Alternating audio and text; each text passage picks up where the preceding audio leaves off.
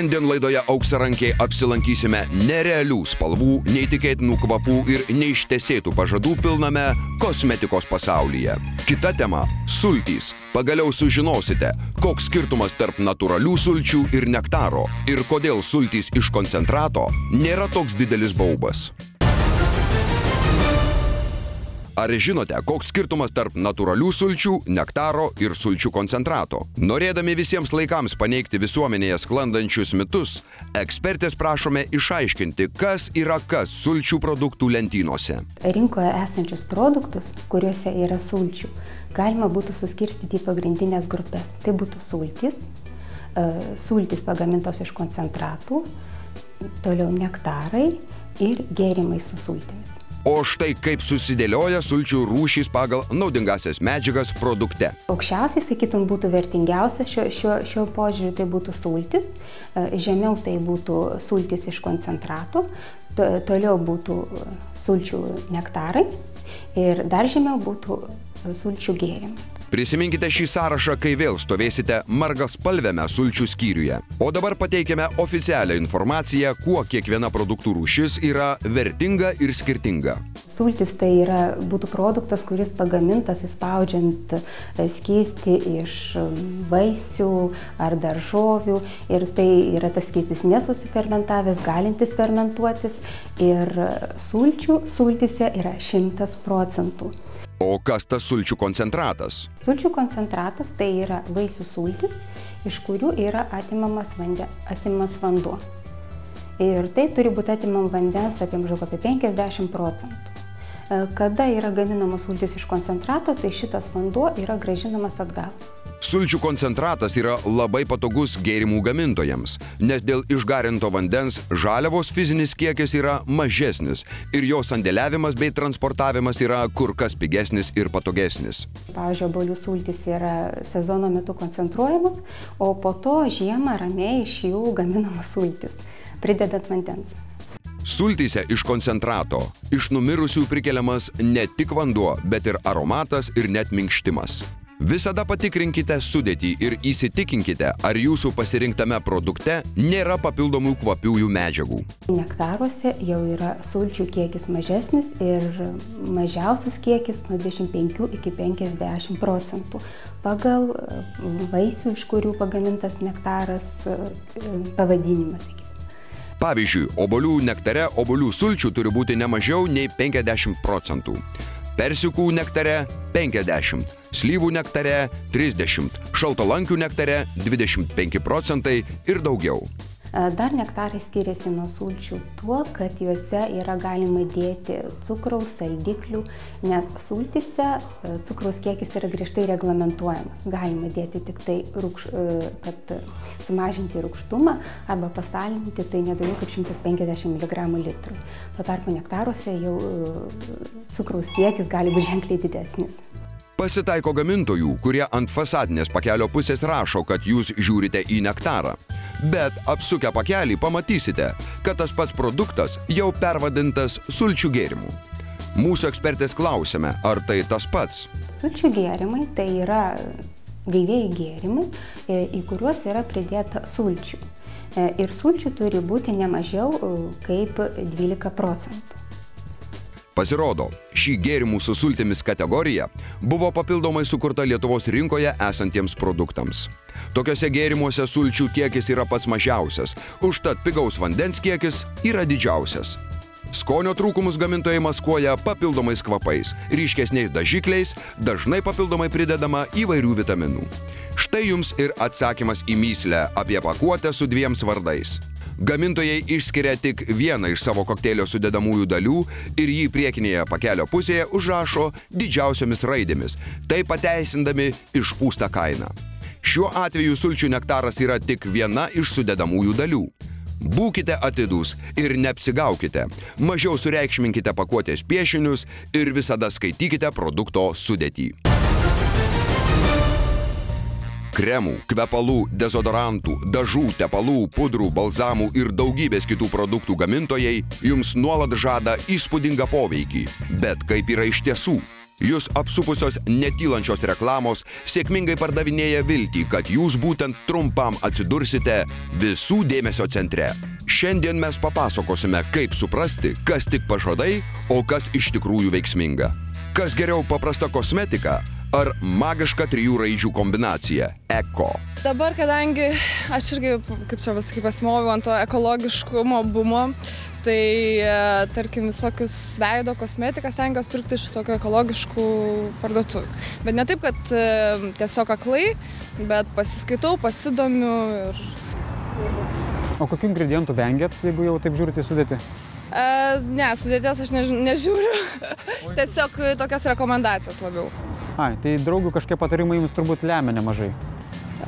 Draugių, taip ir internete, įvairiose svetainėse, kur tikrai objektyviai nuomonę pateikia, ne tiesiog, kad kažkokį reklamuotų produktą vieną ar kitą. O tai kaip jūs manot, internete objektyviai būna informacija? Na, tiesiog atsirenku. Nežinau, pati turi spręsti. Kaip manot, kada yra saugus amžius mergaitai pradėti, panelį galbūt, pradėti dažytis? Aš apskritai nemanau, kad to reikia. Mano nuomonė, jeigu tu nori pasidažyti, šventės proga, ateit būt gražesnė. Bet žmonės ir taip man gražus ir nepasidažė. Apskritai pavojinga dažytis yra. Kodėl?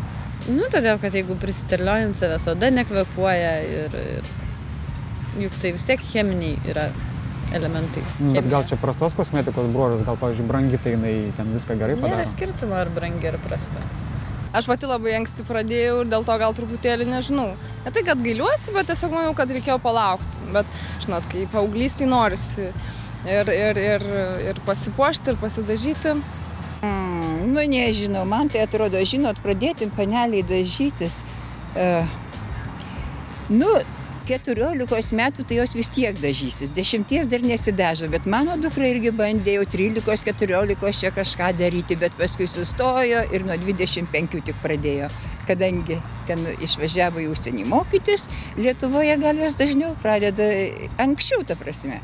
O tenai, prisitaikė prie užsienio panelių. Po reklamos tęsime šią temą.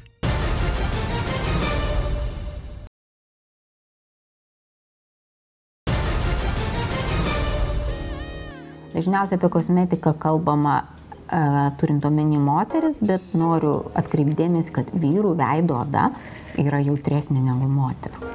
Ir jie kažkaip taip manydami, kad tai yra labai vyriška, tą dažnai ignoruoja ir nežiūri, kokį muilą perka, vos nelabiau vyriška, praustis ten kokiu nors ūkiniu muilu, plauti veidą irgi taip pat juo, o kad veidą šerpetoja, kad jį skauda, kad jį traukia, kad nusiskutus atsiranda pabėrimai, o tai dažniausiai jau yra uždegimas nedidelis ir visų pirma vyrai turėtų kaip žiūrėti su meile į tą savo veido odą ir žinot, kad jinai yra brūžinama kiekvieną dieną, dėl to natūralu, kad jai reikia ir priemonių, ir tas skutimosi priemonės naudoti ir žiūrėti, kokios jos yra. Numirti nuo kremo ar skutimosi putų juos panaudojus pirmą kartą turbūt neįmanoma. Kenksmingas poveikis jūsų organizmui gali pasireikšti po daugybės metų, o pakenkti kosmetiką gali dėl joje esančių toksinų. Šiek tiek statistikos. Vidutinio žmogaus aplinkoje sutinkama virš 100 000 įvairių toksinų, o kasdien kontakto neišvengiame su beveik 50 000. Tarp jų yra ir kosmetikos priemonių sudedamieji elementai. Alergijos, vėžys ar nevaisingumas. Tik keli iš galimų pavojų jūsų sveikatai. Ekologiška kosmetika ir natūraliai negarantuoja, kad jums nebus alergijos. Savaime aišku, jeigu jūs alergiškas rožėm, tai ar tos rožės ekologiškos ar ne, jums alergija bus. Bet jinai garantuoja, kad jums nesikaups, nedidės tas organizmo jautrumas dėl cheminės taršos. Nes mūsų organizmas, jisai kodėl alergiškas? To, kad jis užterštas toksinais. Tai net jeigu tam konkrečiam kremui cheminiam jūs nepajaučiat jokio bėrimo, jis papildomai jūs teršia ir jūsų sugebėjimas sukovoti su kitais alergenais, ar jie būtų iš maisto ar iš kosmetikos, mažėja. Apsilankius parduotuvėje nuo spalvų, kvapų, o dažnai ir nuo kainų gali pradėti svaigti galva ir linkti keliai. Teisingas pasirinkimas tampa labai sudėtinga užduotimi. Užsukome į kelias Vilniuje esančias parduotuves, norėdami pasiklausyti, ką klientams kalba pardavėjai. Mes sakome, kad mamai ieškome kremo nuo raukšlių. Tai reiškia, eina high lift su liftingo efektu, ką reiškia liftingas. Nes su amžiumi oda tiesiog yra linkusi leisti žemyn, tai liftingas reiškia, kad neleidžia jai smukti, o tiesiog pakelia stangrina pačią odą. Būna, kad su amžiumi veido kontūrai taip pat yra linkę išnykti ir tiesiog įgauna tokį bendrą tokį bruožą. Tai formuojantis reiškia, kad jisai pakelia čiučiut skruostikaulius, ten paakius kažkiek formuoja, tiek, pavyzdžiui, kaktą, nes linkusi oda su amžiumi tiesiog smukti žemyn. Tai va, tai būtų ir jis būtent yra tas rich cream, tai sudėtis pati eina su vulkaninio molienom, kas yra, kad pačiai odai tiesiog tą tokią regeneraciją skatinti. Ne tik to iš paviršinės sluoksnio, bet ir vidinio, antro ir trečio odos sluoksnio. Čia dar tik pirma parduotuvė, o mes jau sužinojome, koks stebuklingas reiškinys yra liftingas. Taip pat žinome, kad jei kremas formuoja veidą, jis pakelia net jūsų skruostikaulius. Nuo nežinomo ugnikalnio nukastos vulkaninės uolienos, pavadinimu Rich Clean, atliks net 3 odos sluoksnių regeneraciją ir poveikis bus jaučiamas iš karto. Puiku, geriau būna turbūt tik sapne. Keliaujame į kitą parduotuvę. Čia yra irgi šveicarų laboratorijoje Italijoje gaminami, irgi daugiau to mineralinio vandenio pagrindų, bet irgi jie tokia lengvos tekstūros irgi. O ten alergiškas, nealergiškas, čia gali būti? Jie visi, žinokit, dermatologiškai tikrinta. Jie visi praėję tą dermatologiškai tikrintą variantą ir labai sunku pasakyti. Čia sakau, tie kremai moterim, tai žinokit, kaip loterija yra. Bet čia žiūriu, kainos kaip skiriasi. Aš net lietuviškas, vis tiek variantas čia greičiau reikės, mažiau turi konservantų. Visų. Taigi jūs tarkim su lenkišku palyginus, jis geresnis, toks pat? Aš manau, žinokit, gal tas pats. Aš manau, kad jie vis tiek truputį tarpusavį ir pabendrauja ir paderina. Aš nemanau, kad tikrai gali būti blogesnis ar geresnis. Šioje masėms skirtoje parduotuvėje ir kalba paprastesnė. Jokio komplikuoto žargono. Vizito pradžioje iš viso asortimento mums buvo pasiūlytas brangiausias kremas, kainuojantis beveik 60 litų. Tačiau buvome kantrūs ir po 15 minučių mes sužinojome, kad šalia yra 5 kartus pigesnis ir sveikesnis kremas. Pirmoje parduotuvėje mums minėjo, kad jie turi kremą kainuojantį net 2000 litų. Štai jums ir kainodaros viražai.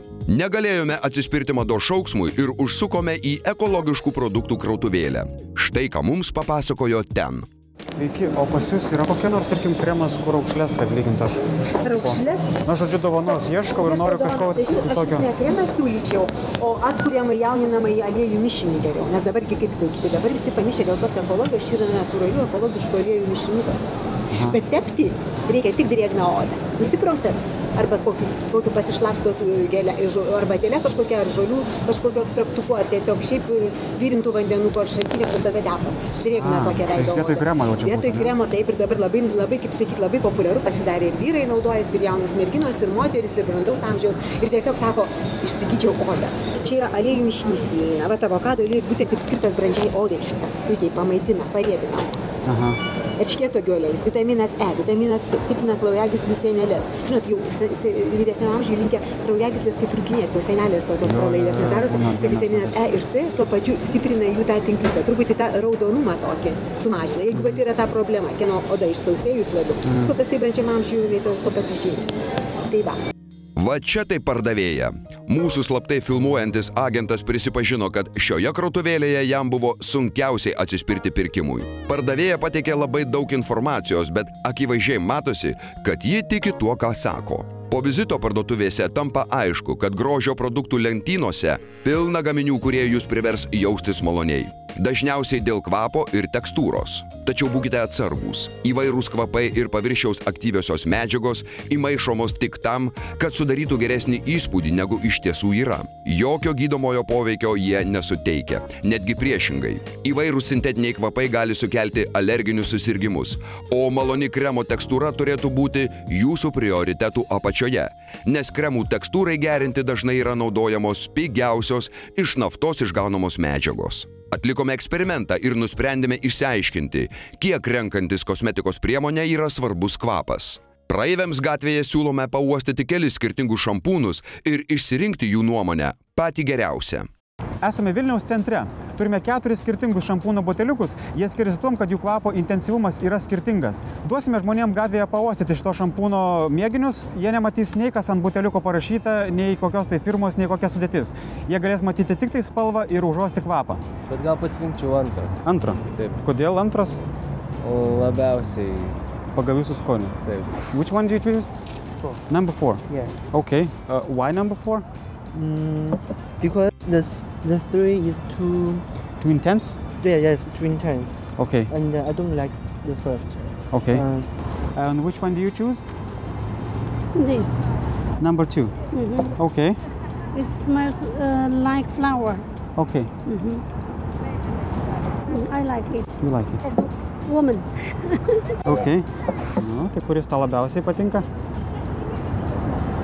Šitas vis dėlto. Pirmas, ne? Aišku. Ну, я предпочитаю 4. 4, да?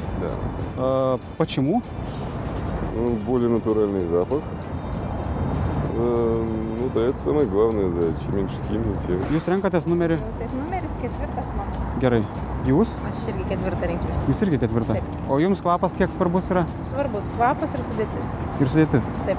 Jūs? Mano pirmas. Jūs pirmas? Oho, matot, kaip čia dabar draugės neužpyks? Ne. Kodėl pirmas? Mano pirmas kaip tik natūraliausių kvapų. Antra. Antra? Kodėl antra? Toksai neutraliausias kvapas. Choose number? 3. Number 3. Why? Because it smells like fruit and I love fruit. So. Aš irgi 3 renkuosi. Kodėl? Nes man jis patraukliausias, nes kiti tokie aštrus kvapai ir kvapai įtakoja ir mūsų emocijas, tai aš manau, tiesiog intuityviai žmonės renkasi. Štai, atlikome tyrimą, apklausime net 50 žmonių. Dabar važiuojame išsiaiškinti, kokie yra rezultatai. Tyrimą atlikome per beveik 4 valandas. Apklausėme 50 įvairių tautybių žmonių ir paaiškėjo, kaip šampūnus renkasi sostinės gyventojai ir svečiai. Mūsų apklausos lyderių gana netikėtai tapo Lietuvoje gaminamas šampūnas. Jį pasirinko net 38% apklaustųjų. Dažnas žmogus sakė, kad šio gaminio kvapas švelnus ir neerzina.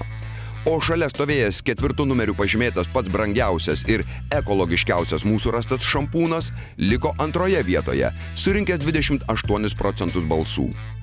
Pats pigiausias šampūno mėginys pasirodė prasčiausiai. Jį pasirinko vos 16% respondentų. Galime daryti prielaidą, kad bent jau sostinėje stiprūs cheminiai kvapai tampa nebereikalingi. Dažnas prisipažino skaitantis kosmetikos produktų sudėtį.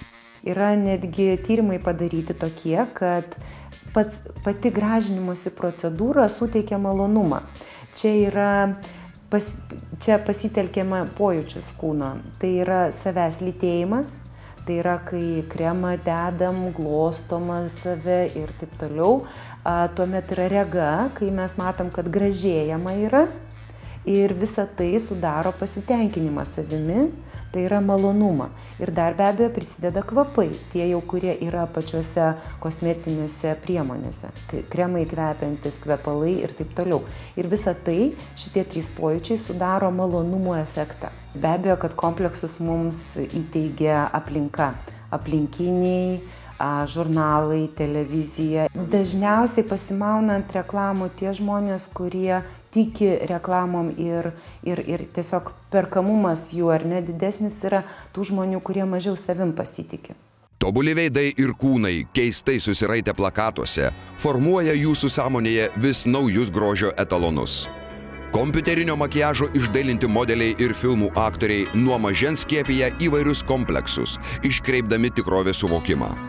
Moterys ryžtasi net rizikuoti sveikata, kad paslėptų tai, kas iškrenta iš grožio standarto kategorijos, o mergaitės ir panelės kasdien nepailsdamos imituoja manekenes iš žurnalų. Nusprendėme susitikti su tikra manekene. Mados pasaulyje esu jau nuo pat vaikystės, nuo 7 metų.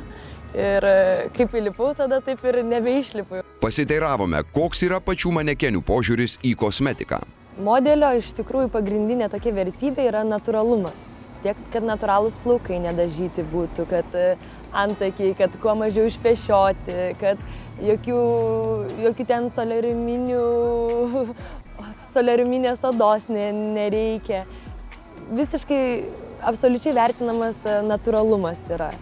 Ir mano draugės modeliai, kurie dirba po visą pasaulį ir tikrai gauna tos chemijos labai daug, kur plaukai būna išsišakoję po tų visų darbų, oda irgi išberta netgi būna, nes modelis, kai dirba, taigi ten stilistai tikrai labai jų ten nežiūri, masiškai eina, uždeda pigiausią turbūt kosmetiką ir ten nieks nežiūri, kad tu ten labai, ar ten neišbertų tavęs ar ką. Tai grįžusios eina į spa, būna kelių savaičių toksai atsigauti tiek odai, tiek plaukam, tiek nagam, vitaminus geria, eina druskininkose visas procedūras, į purvo vanes, į masažus. Iš tikrųjų reikia laiko atsigauti, po to vėl gali dirbti ir modelio toks darbas, kad tiesiog priemonė, o dizaineriai, stilistai jau kuria. Fotosesijoje, kai fotografuoja, perdeda, iš tikrųjų perdeda, kad kaip tu natūraliai paprastą dieną neišytum, nes šviesos suvalgo viską, tiek ir filmuojant kameros viską suvalgo, o natūralioj šviesoj tai atrodo labai daug. Tai tikrai nereiktų bandyti praktikuotis, kad kai pamatai ant podiumo, kai eina merginos pridažytos, sušukuotos ir gatvėje eiti, tai tikrai ne. Kas yra ant podiumo, kas fotosesijose taikoma, plakatuose, nuotraukose, ten yra jau dizainerių darbas, stilistų, jie save taip išreiškia. Modelis būna tik tai priemonė išreikšti, realizuoti savo kažkokią idėją, o paprastą dieną tikrai to nereikėtų bandyti, reikia minimalizmą geriau taikyti. Jūs turbūt matėte internetinį filmuką apie tai, kaip paprasta mergina transformuojama į supermodelio kokybės personažą. Vakaruose jau seniai netyla diskusijos dėl kompiuterinio makiažo moralumo, nes skaitmeninis fotorealizmas yra labai pavojingas reiškinys. Jis iškreipia tikrąjį grožio supratimą. Nuotraukų retušavimas masinėse informavimo priemonėse jau seniai tapo norma, nes spausdinti ant viršelio nepagražintą veidą – blogas tonas. Šiandieninėje popkultūroje įvaizdis tapo vertingesnis nei pati asmenybė. Specialistai pripažįsta, kad sumenkintas savęs vertinimas yra pagrindinė grožio industrijos pardavimų varomoji jėga. Psichologai dirba ties reklaminiais filmukais ir ties pačių pardavimų ir prekių išdėstymų ir tuo, kaip turi atrodyti pardavėjas ir ką jisai turi šnekėti ir kaip turi atrodyti parduotuvė ir kas viskas išdėliota joje turi būti. Prie viso to labai smarkiai prisideda psichologija. Ir mes negalim atmesti to, kad psichologiškai žmogų be abejo tai paveikia. Yra didžiulės investicijos į tai, kad tiesiog žmogus pirktų ir dar kartą pirktų. Tas vartotojiškumas, jisai visur plinta ir be abejo, kad tie, kurie pardavinėja kažką, nori tik tai pinigėlių užsidirbti ir paaukos tam bet ką ir investuos daug specialistų žinių tam, kad iš tikrųjų pritraukti prie savo prekės pirkėją. Nemažai kosmetikos gamintojų ir pardavėjų naudojasi savo klientų nežinojimu ir neretai visai neveiksmingus mišinius pardavinėja kaip pažangiausias mokslo naujienas. Dažniausiai rašoma yra nesuprantami dalykai. Ir kuo daugiau, tuo geriau, nes žmogus pradėjęs skaityti, galvos, kad čia ir tas, ir to, po to pavargs skaityti nebenorės, skaityti sudedamųjų dalių, bet įspūdis bus padarytas tas, kad jeigu aš jūs pakvieščiau pas save ir paruoščiau didelį stalą, pilną patiekalų, tai jūs sakytumėt, oho, kokia šeimininkė. Prieš kamerą atsisakę kalbėti marketingo specialistai mums prisipažino, kad parduodant kosmetiką svarbiausias faktorius yra kliento emocijos. Prisiminkite, kiek jūs pauostėte kremų, muiliukų ar šampūno buteliukų, kol radote savo patinkantį. Įsidėmėkite, malonus kvapas ir pojūtis tepant dažniausiai neturi jokio teigiamo poveikio jūsų odai. Kitoje laidoje tęsime šią temą, o šiandien tiek. Ir iki susitikimo kitą savaitę.